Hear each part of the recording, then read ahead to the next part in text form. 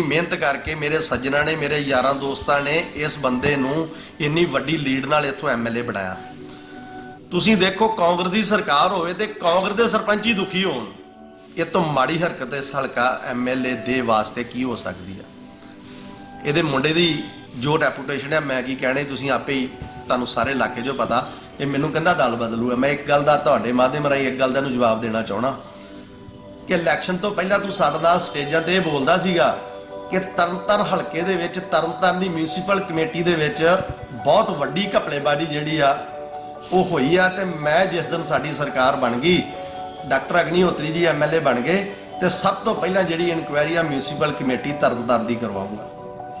ਪਰ ਉਸ ਤੋਂ ਬਾਅਦ ਕੀ ਹੋਇਆ, ਮੈਨੂੰ ਤੇ ਇਹਨੇ ਇਹ ਕਹਿਤਾ ਕਿ ਮੈਂ ਦਲ ਬਦਲੂ ਆ, ਤੇ ਮੈਂ ਤੈਨੂੰ ਇਹ ਲਫ਼ਜ਼ ਕਹੂੰਗਾ ਵੀ ਤੇਰੇ ਨਾਲੋਂ ਵੱਡਾ ਤੇ ਦੱਲਾ ਹੀ ਕੋਈ ਨਹੀਂ।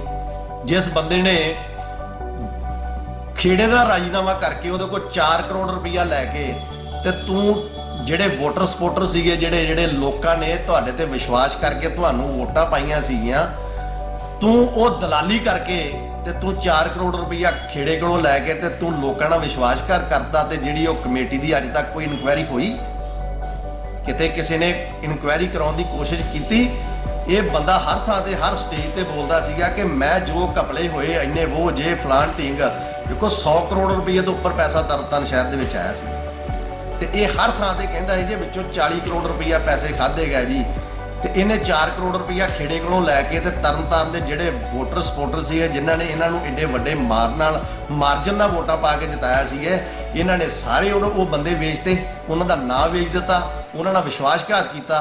ਤੇ ਮੈਨੂੰ ਇਹ ਦਲ ਬਦਲੂ ਸੁਣਾਉਂਦਾ, ਜਾਂ ਮੈਨੂੰ ਇਹ ਦਲ ਬਦਲੂ ਦਾ ਨਾਮ ਦਿੰਦਾ। ਤੇ ਇੱਕ ਨਾਲ ਹੋਰ ਇਹ ਕਹਿੰਦਾ ਜੀ ਗਲਤ ਕੰਮ, ਇਹ ਸਾਡੇ ਕੋਲੋਂ ਸਾਨੂੰ ਸਾਡੇ ਤੇ ਹਰਾਸ ਕਰਕੇ ਗਲਤ ਕੰਮ ਕਰਾਉਣਾ ਚਾਹੁੰਦਾ।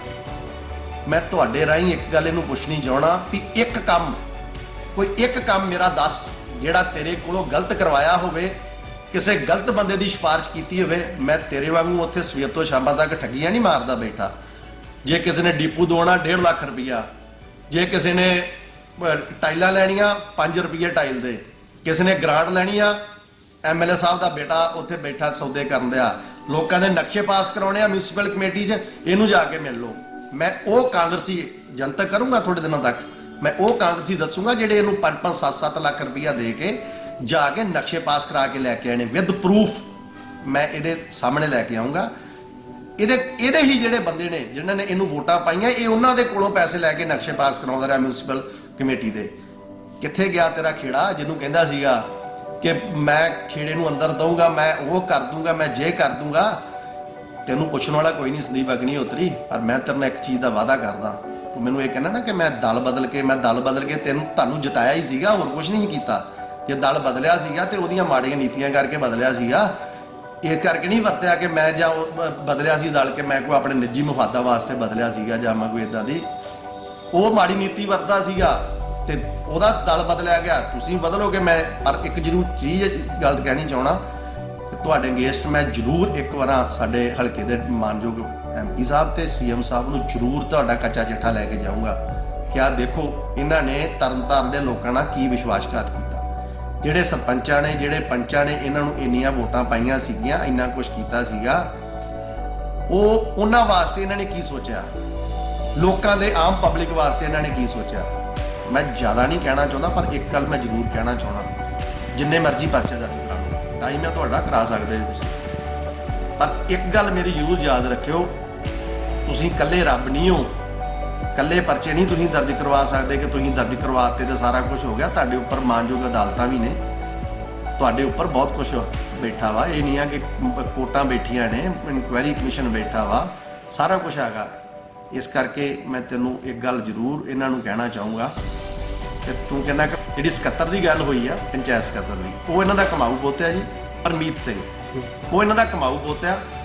ਤੇ ਸਿਰਫ ਉਹ ਇਸੇ ਕਰਕੇ ਗੰਡੀਵਿੰਡ ਬਲਾਕ ਦੇ ਵਿੱਚ ਲਾਇਆ ਗਿਆ ਕਿ ਉਹ ਇਹਨਾਂ ਨੂੰ ਕਮਾਈ ਕਰਕੇ ਦਿੰਦਾ ਵਾ, ਤੇ ਬਸ ਇੰਨਾ ਕੀ ਮੈਟਰ ਆ। ਹਲਕਾ ਵਿਧਾਇਕ ਨੇ ਅੰਡਰ ਪ੍ਰੈਸ਼ਰ ਕਰਕੇ ਐਸਐਸਪੀ ਸਾਹਿਬ ਨੂੰ ਤੇ ਡੀਸੀ ਸਾਹਿਬ ਨੂੰ ਇੰਨਾ ਕੁ ਜ਼ਿਆਦਾ ਉਹਨਾਂ ਨੂੰ ਪ੍ਰੈਸ਼ਰਾਈਜ਼ ਕਰਤਾ ਕਿ ਸ਼ਾਇਦ ਉਹਨਾਂ ਦੀ ਆਤਮਾ ਵੀ ਨਹੀਂ ਆਵਾਜ਼ ਦਿੰਦੀ ਕਿ ਮੇਰੇ ਤੇ ਨਜਾਇਜ਼ ਪਰਚਾ ਦਰਜ ਹੋਵੇ। ਪਰ ਚਲੋ ਕੋਈ ਗੱਲ ਨਹੀਂ, ਫਿਰ ਕੀ ਆ, ਪਰਚੇ ਦੇ ਵੇਖੋ ਇਨਸਾਨਾਂ ਤੇ ਹੁੰਦੇ ਆ, ਕਦੀ ਮੱਝਾਂ ਗਾਵਾਂ ਦੇ ਵੀ ਪਰਚੇ ਦਰਜ ਹੁੰਦੇ ਵੇਖੇ ਜੇ, ਡੰਗਰਾਂ ਦੇ ਥੋੜਾ ਹੁੰਦੇ ਤੇ ਇਨਸਾਨਾਂ ਦੇ ਹੀ ਹੁੰਦੇ ਆ। ਗਲਤ ਕੰਮ ਕਰਨਗੇ ਜਾ ਕੇ ਵਿਰੋਧ ਕਰਾਂਗੇ ਇਹਨਾਂ ਦਾ। ਕਾਲੀਆਂ ਝੰਡੀਆਂ ਲੈ ਕੇ ਇਹਨਾਂ ਦੇ ਸਾਹਮਣੇ ਖਲੋਇਆ ਕਰਾਂਗੇ ਜੀ।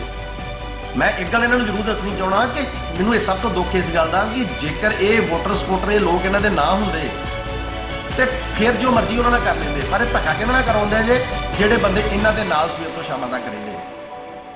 ਇਹ ਮਤਲਬ ਸਭ ਤੋਂ ਮਾੜੀ ਗੱਲ, ਦੁੱਖ ਵਾਲੀ ਗੱਲ ਆ। ਉਹ ਕਹਿੰਦੇ ਹੁੰਦੇ ਜਿਹੜਾ ਆਪਣਾ ਬੰਦਾ ਹੁੰਦਾ ਵਾ ਕਦੀ ਉਹਦੇ ਨਾਲ ਵੀ ਕੋਈ ਇਦਾਂ ਦਾ ਕੰਮ ਕਰਦਾ।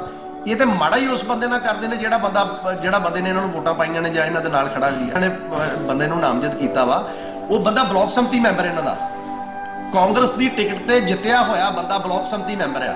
ਲਗਾਨਾ ਸੋਨੀ ਸੰਘੀਆ ਜਿਹਨੂੰ ਕਹਿੰਦੇ ਨੇ, ਸੋਨੂ ਜਿਹਨੂੰ ਕਹਿੰਦੇ ਨੇ, ਬਲਾਕ ਸੰਮਤੀ ਮੈਂਬਰ ਹੈ, ਉਹ ਕਾਂਗਰਸੀ ਬੰਦਾ ਵਾ। ਸਿਰਫ ਇਹ ਦੋ ਪੇਪਰ ਕਰ ਰਹੇ ਨੇ, ਡਾਕਟਰ ਅਗਨੀਹੋਤਰੀ ਤੇ ਉਹਨਾਂ ਦਾ ਬੇਟਾ।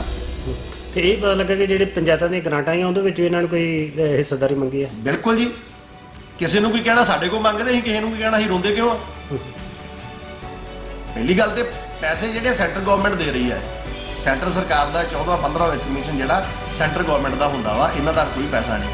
ਪਰ ਉਹਦੇ ਵਿੱਚੋਂ ਵੀ ਇਹ ਕਹਿੰਦੇ ਸਾਨੂੰ ਹਿੱਸੇ ਬੱਤੀਆਂ ਦਿਓ, ਕਿੱਥੋਂ ਦੇ ਦਈਏ ਦੱਸੋ ਜੀ? ਚੈੱਕ ਬਿਲਕੁਲ ਬੋਗਸ ਆ। PFMS ਇੱਕ ਸਾਈਟ ਆ, ਡਾਇਰੈਕਟ ਬੈਨੀਫਿਟ ਜਿਹੜਾ ਨਾ ਉਸ ਪੰਚਾਇਤਾਂ ਦੇ ਖਾਤੇ 'ਚ ਪੈਸੇ ਜਾਣੇ ਹੁੰਦੇ ਆ।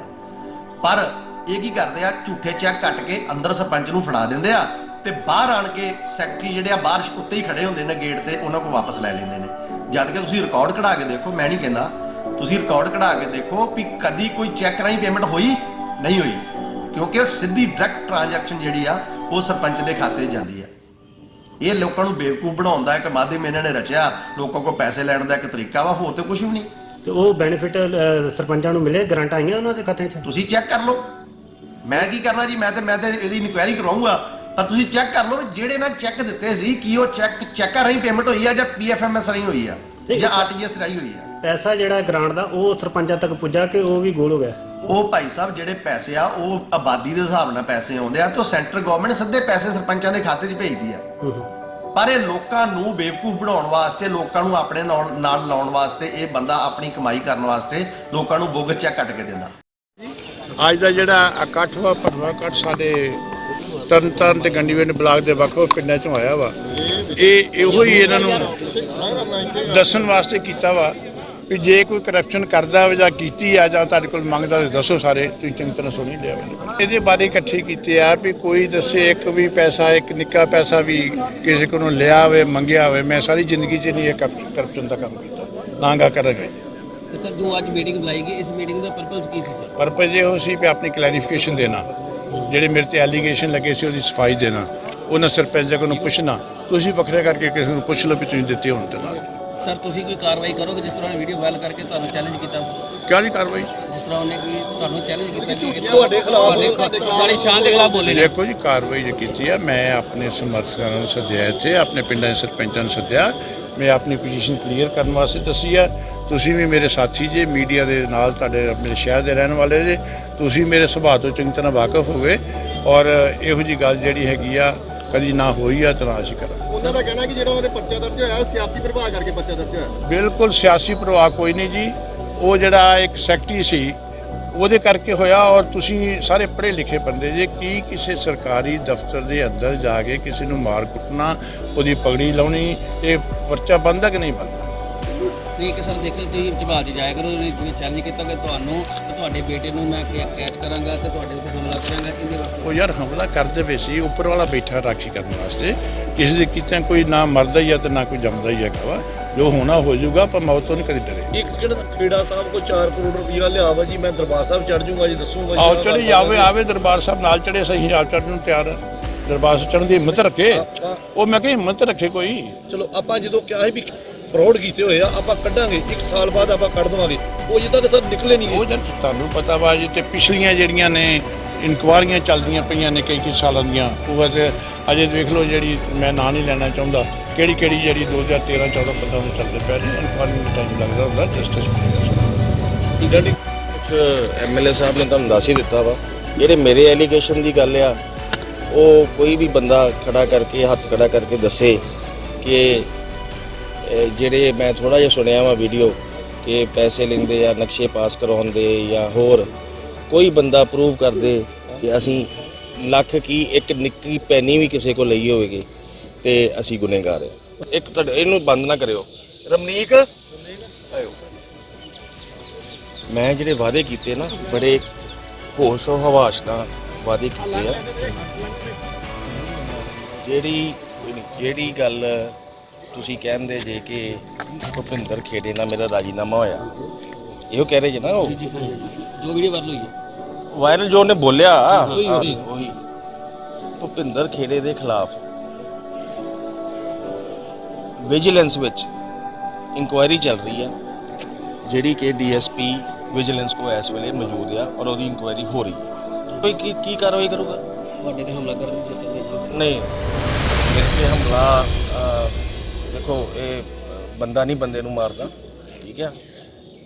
ਹਮਲਾ ਕੀ ਮੇਰੇ ਤੇ ਕਰਨਾ ਵਾ? ਮੇਰੇ ਖੁੱਲੇ ਆਮ ਬਿਨਾਂ ਗਨਮੈਨਾਂ ਤੋਂ ਘੁੰਮਦਾ ਵਾ, ਆਪਣੇ ਭਰਾਵਾਂ ਚ ਰਹਿੰਦਾ, ਹਮਲਾ ਕਰਕੇ ਵੇਖ ਲੈਣ, ਕੋਈ ਪ੍ਰੋਬਲਮ। ਧਮਕੀਆਂ, ਮੈਂ ਧਮਕੀਆਂ ਤੋਂ ਨਹੀਂ ਡਰਦਾ, ਕੋਈ ਡਰਨ ਵਾਲੀ ਕੋਈ ਗੱਲ ਨਹੀਂ ਹੈ। ਇਕੱਲੇ ਪਿੰਡਾਂ 'ਚ ਗੱਜਾਂਗੇ, ਆਪਣੇ ਵਰਕਰਾਂ ਦੇ ਨਾਲ ਖੜੇ ਆ, ਆਪਣੇ ਸਰਪੰਚਾਂ ਪੰਚਾਂ ਦੇ ਨਾਲ, ਆਪਣੇ ਵਰਕਰਾਂ ਦੇ ਨਾਲ, ਕਾਂਗਰਸ ਪਾਰਟੀ ਦੇ ਨਾਲ ਕੱਲਾ ਗੱਜਣ ਦਿਆ ਵਾ, ਕੱਲਾ ਹੀ ਜਾਊਗਾ, ਕੋਈ ਹਮਲੇ ਦੀ ਗੱਲ ਨਹੀਂ। ਸਰ ਕਾਰਵਾਈ ਕਰੋਗੇ ਤੁਸੀਂ ਉਹਨਾਂ ਦੀ ਜੀ? ਵੇਖਾਂਗੇ ਜੀ, ਲੋੜ ਪਊਗੀ ਤੇ ਕਾਰਵਾਈ ਵੀ ਕਰਾਂਗੇ, ਸਾਰਾ ਕੁਝ ਕਰਾਂਗੇ। ਆਉਣ ਵਾਲਾ ਸਮਾਂ ਕਿਸ ਤਰ੍ਹਾਂ ਦਾ ਲੱਗਦਾ ਸਰ? ਇਲੈਕਸ਼ਨਾਂ ਬੜੀਆਂ ਕਾਂਗਰਸ ਪਾਰਟੀ ਦੀ ਸਰਕਾਰ ਬਣੂਗੀ, ਮਹਾਰਾਜਾ ਕੈਪਟਨ ਅਮਰਿੰਦਰ ਸਿੰਘ ਦੀ ਸਰਕਾਰ ਬਣੂਗੀ ਔਰ ਤਰਨਤਾਰਨ ਹਲਕੇ 'ਚ ਵੀ ਅਸੀਂ ਕਾਂਗਰਸ ਪਾਰਟੀ ਦੀ ਜਿੱਤ ਹੋਊਗੀ।